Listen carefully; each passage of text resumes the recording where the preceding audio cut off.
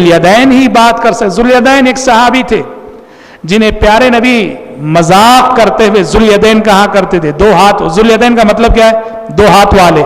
وہ صحابی اللہ کے نبی کی بڑی خدمت کرتے تھے, تو پیارے نبی نے ان کو لقب دے دیا ذوالیدین, دو ہاتھ والے.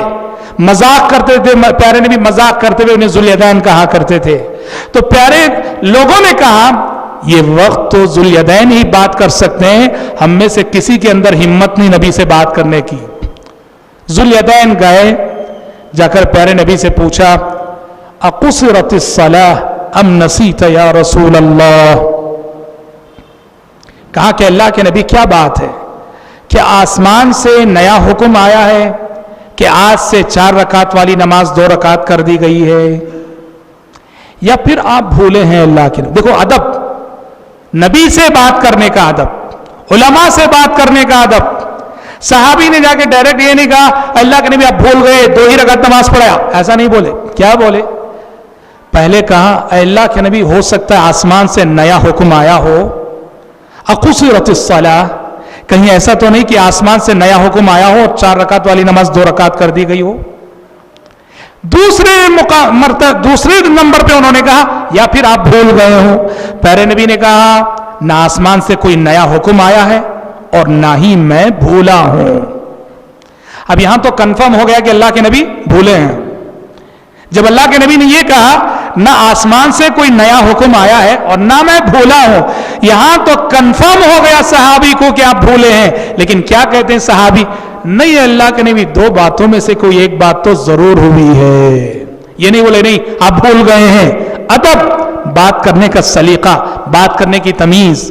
آپ بھول گئے ایسا نہیں کہا, 2 باتوں میں سے کوئی ایک بات تو ضرور ہوئی ہے اللہ کے نبی. تب پیارے نبی خود تشریف لائے, مسجد میں صحابہ بیٹھے تھے, صحابہ سے پوچھا, سارے صحابہ نے گواہی دی کہ ہاں اللہ کے نبی 2 ہی رکعت نماز ہوئی ہے. پیارے نبی تشریف لے گئے, جا کر آپ صلی اللہ علیہ وسلم نے پھر 2 رکعت نماز پڑھی, اللہ اکبر کہا, پھر 2 رکعت نماز پڑھی, 4 رکعت ہو گئی مکمل. سجدہ سہو کیا, سلام پھیرا. معلوم ہوا کہ درمیان میں گفتگو ہو گئی, فصل ہو گیا, پھر سے پوری 4 رکعت پڑھنا غلط مسئلہ ہے. جو 2 رکعت باقی ہیں وہ پڑھ کے سجدہ سہو کر لیں کافی ہے. تو 2 رکعت پڑھائی آپ صلی اللہ علیہ وسلم نے سجدہ سہو کیا. اب یہاں غور کیجئے, پیارے نبی سے جب سہو ہوا ہے, بھول ہوئی ہے, صحابہ میں کسی کو ہمت نہ ہوئی کہ نبی سے جا کر بات کریں. تو پیارے نبی کے اندر اللہ نے ایسی صفات, ایک طرف اتنے ملنسار اور ایک طرف اتنے روبدار, جبکہ دوسرے انسانوں میں یہ 2 صفات جمع نہیں ہو سکتی. جو روبدار ہوگا وہ ملنسار نہیں ہو سکتا, اور جو ملنسار ہوگا وہ روبدار نہیں ہو سکتا. ایک اور مثال, پیارے نبی کی زندگی میں اللہ تعالیٰ نے کیسی کیسی صفات جمع کر دی تھی. جو انسان بہت زیادہ بہادر ہو, مجاہد ہو, فوجی جرنیل ہو, کمانڈر ہو, اس کا جسم کیسا ہوتا ہے, اس کا ہاتھ کیسا ہوتا ہے. جو ہاتھ ہتھیار اٹھایا ہو, جو ہاتھ تلوار چلاتا ہو, جو ہاتھ گن مشین چلاتا ہو, وہ ہاتھ کیسا ہوتا ہے, بہت بہادر انسان ہوتا ہے وہ. اس کا بدن بڑا مضبوط ہوتا ہے, اس کا ہاتھ بڑا مضبوط ہوتا ہے. جی ہاں, اور جو بالکل نرم ہاتھ والا ہو, نرم ہاتھ سے کبھی تلوار نہیں اٹھتی, نرم ہاتھوں سے کبھی تلوار نہیں اٹھتی. پیارے نبی کو دیکھو, پیارے نبی کے اندر اللہ نے دونوں صفات جمع کر دی.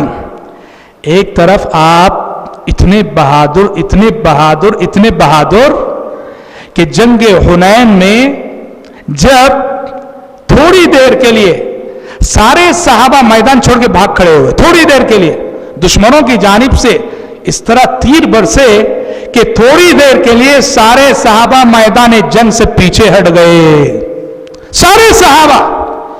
ایسے نازک موقع پر تاریخ گواہ ہے, اکیلے محمد صلی اللہ علیہ وسلم, اکیلے نبی کریم صلی اللہ علیہ وسلم میدان جنگ میں اپنی تلوار لہراتے ہوئے کھڑے رہے, ثابت قدم رہے اور کہہ رہے تھے انا النبی لا کذب انا ابن عبد المطلب, میں اللہ کا سچا نبی ہوں, میں عبد المطلب کا بیٹا ہوں. پیارے نبی اس طرح ڈٹے رہے, جمے رہے کہ نبی کی ثابت قدمی کو دیکھ کر اور سارے صحابہ کو ہمت آئی، حوصلہ ملا، پھر سارے صحابہ دوڑ کر آئے، نبی کے اطراف جم گئے اور پھر مقابلہ ہوا اور مسلمان ہاری ہوئی بازی پھر سے جیت گئے۔ اتنے بہادر کہ جب ساری فوج میدان جنگ چھوڑ کر بھاگ کھڑی ہو، دشمن کے مقابلے میں تنے تنہا اور اکیلے کھڑے رہے۔ حضرت علی فرماتے ہیں جنگوں میں جب مشکل وقت آتا تھا تو ہم نبی کی آڑ میں آ کر خود کو بچاتے تھے، پیارے نبی کے پیچھے آ کر خود کو بچاتے تھے۔ بتاؤ جو انسان اس قدر بہادر ہو وہ انسان کیسا ہوگا، اس کا بدن کیسا ہونا چاہیے، کتنا مضبوط ہوگا، کتنا مضبوط ہونا چاہیے۔ لیکن حضرت انس فرماتے ہیں، مسلم کی حدیث ہے، واللہ ما مسست خزا ولا حریرا الین من کف رسول اللہ صلی اللہ علیہ وسلم، اللہ کی قسم دنیا میں کوئی ریشم بھی اتنا نرم اور نازک نہ ہوگا جتنا نرم اور نازک کہ اللہ کے نبی کا ہاتھ تھا۔ حضرت انس فرماتے ہیں میں نے کوئی ریشم بھی اتنا نرم نہیں چھوا جتنا نرم کہ اللہ کے نبی کا ہاتھ تھا۔ اللہ اکبر، کیا بات ہے! جو ہاتھ اتنا نرم ہو اس ہاتھ سے کبھی تلوار نہیں اٹھ سکتی، اور جس ہاتھ سے تلوار اٹھ جائے وہ ہاتھ کبھی اتنا نرم نہیں ہو سکتا۔ لیکن پیارے نبی کے اندر اللہ نے دونوں صفات جمع کر دی۔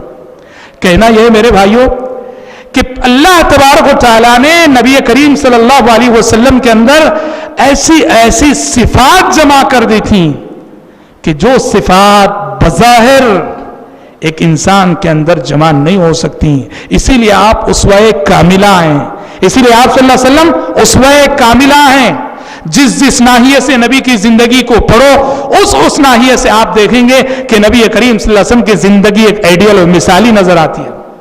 اور سبحان اللہ، آپ کہاں آئیڈیل، ہر معاملے میں آئیڈیل، حتیٰ کہ جو بشری کمزوریاں ہیں، انسانی کمزوریاں ہیں، انسان ہونے کے ناطے ہماری کچھ کمزوریاں، ہر انسان کے اندر کچھ کمزوریاں۔ کیا کمزوریاں؟ ہم انسان ہیں، بھولتے ہیں، ہر انسان بھولتا ہے۔ اللہ نے پہلے انسان آدم علیہ السلام کے بارے میں کہا وَلَقَدْ عَهِدْنَا إِلَىٰ آدَمَ مِنْ قَبْلِ فَنَسِيَ وَلَمْ نَجِدْ لَهُ عَزْمًا۔ آدم علیہ السلام بھول گئے، پہلا انسان بھول گیا۔ انسان ہے، نیند غالب آتی ہے، بشری تقاضا، انسانی کمزوری ہے۔ آپ دیکھیں گے اللہ تعالیٰ نے نبی کریم صلی اللہ علیہ وسلم کو ان انسانی اور بشری کمزوریوں میں بھی آئیڈیل بنایا۔ کیسے؟ ابھی ہم نے پڑھا، ابھی ہم نے بیان کیا، 4 رکعت والی نماز 2 رکعت پڑھ کر سلام پھیر دیے۔ پیارے نبی ہیں، پیغمبر ہیں، آپ کے پاس آسمان سے وحی آیا کرتی ہے، 2 رکعت بھول گئے آپ، 2 رکعت میں آپ نے سلام پھیر دیا۔ کیوں؟ اللہ تعالیٰ نے نبی کو اس معاملے میں بھی اپنی امت کے لیے آئیڈیل بنانا چاہا۔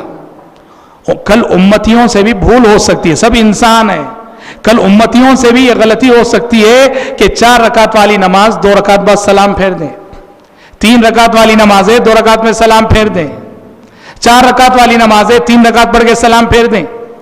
انسان ہے، بھول ہو سکتی ہے، تو لہٰذا جب بھول ہو جائے تو نماز چھوٹی ہوئی رکعتیں کیسے پڑھنی چاہیے؟ اللہ تعالیٰ نے اپنے نبی کو اس معاملے میں بھی آئیڈیل بنایا۔ تو حقیقت میں ہم یوں کہہ سکتے ہیں پیارے نبی بھولے نہیں، بھلائے گئے، تاکہ آپ اس معاملے میں بھی اپنی امت کے لیے ایک آئیڈیل بن سکے، نمونہ بن سکے۔ آپ سیرت میں ایک واقعہ پڑھتے ہیں، بہت مشہور واقعہ۔ کیا واقعہ؟ پیارے نبی صلی اللہ علیہ وسلم ایک مرتبہ سفر میں تھے نبی کریم صلی اللہ علیہ وسلم، آپ کے ساتھ سینکڑوں کی تعداد میں صحابہ ہیں، رات بھر چلتے رہے۔ رات کے آخری پہر پیارے نبی صلی اللہ علیہ وسلم نے پڑاؤ کیا اور چاہا کہ تھوڑی دیر آرام کر لیں، سو جائیں۔ اور آپ کی عادت تھی جب رات میں سوتے تھے کسی کو نگران مقرر کر کے ذمہ داری دے کر سوتے کہ جاگتے رہنا، فجر کے لیے ہمیں جگانا۔ اور آج کی رات یہ ذمہ داری کسے دی؟ حضرت بلال حبشی رضی اللہ عنہ کو دی۔ کہا کہ بلال جاگتے رہنا، جیسے ہی فجر کا وقت ہو ہمیں جگا دینا۔ پیارے نبی سو گئے، سارے صحابہ سو گئے، حضرت بلال اکیلے جاگ رہے ہیں، اور بلال کی نظر مشرق کی سمت ہے کہ کب فجر صادق طلوع ہو اور کب میں اللہ کے نبی کو جگاؤں. حضرت بلال سے یہ غلطی ہوئی, تھوڑا سا انہوں نے ٹیکا لیا اور ٹیکا لینے کی دیر تھی کہ آنکھ لگ گئی, سو گئے. پیارے نبی سو رہے ہیں, سارے صحابہ سو رہے ہیں, اور جن صحابی کو جگانے کی ذمہ داری دی تھی وہ صحابی سو رہے ہیں. فجر صادق طلوع ہو گئی, نماز کا وقت ہو گیا, یہاں تک کہ نماز کا وقت ہوتے ہوتے سورج نکل گیا, سورج طلوع ہو گیا. سورج کی شعاعیں جب پڑی, سورج کی شعاعیں جب پڑی تو سب گھبرا کر اٹھے, دیکھا کہ سورج نکل چکا ہے. اللہ اکبر. ابو بکر جاگے, عمر جاگے, پیارے نبی جاگے, سب پریشان ہوئے. پیارے نبی نے بلال حبشی رضی اللہ عنہ کو بلا کے, بلال کیا ہوا؟ بلال نے کہا اخذ بنفسی الذی اخذ بنفسک, اے اللہ کے نبی جس ذات نے آپ کو سلا دیا اسی ذات نے مجھے بھی سلا دیا. اللہ کے نبی نہ کوئی غصہ, نہ کوئی ڈانٹ, نہ بیزارگی کا اظہار. پیارے نبی کی مثالی قیادت, مثالی امارت, مثالی کمانڈنگ کی یہ خصوصیت تھی. آپ اپنے ماتحتوں سے جب غلطی ہو جاتی تو آپ ان کے عذر کو قبول کر کے درگزر فرماتے تھے. یہاں اس واقعے میں غور کرنے کی بات یہ ہے, دیکھو سینکڑوں کی تعداد میں نبی کے ساتھ صحابہ ہیں, سینکڑوں کی تعداد میں, اور سوچو کوئی ایک بھی نہ جاگا, کسی ایک کی بھی آنکھ نہ کھولی. حالانکہ یہ صحابہ کون ہیں؟ یہ وہ صحابہ ہیں کہ جو رہبان باللیل و فرسان بالنہار کہلاتے تھے. یہ وہ صحابہ ہیں جن میں سے ایک ایک بھی دن ہو تو وہ شہ سوار اور رات ہو تو زاہد شب بیدار, تہجد گزار ایک ایک صحابی بھی. اور تہجد گزار صحابہ سینکڑوں کی تعداد میں ہو نبی کے ساتھ, کسی کی آنکھ نہ کھلی, کسی کی آنکھ نہ کھلی. یہاں تک کہ سورج نکل گیا, سورج نکلنے کے بعد سب جاگے. کیا ہے حقیقت میں؟ سوئے نہیں سلائے گئے, سوئے نہیں سلائے گئے. کیوں؟ امتیوں سے بھی بشر ہے, انسان ہے. انسان ہونے کے ناطے کبھی کبھی ایسا ہو سکتا ہے کسی انسان کے ساتھ, تو پیارے نبی کو آئیڈیل بنا دیا گیا.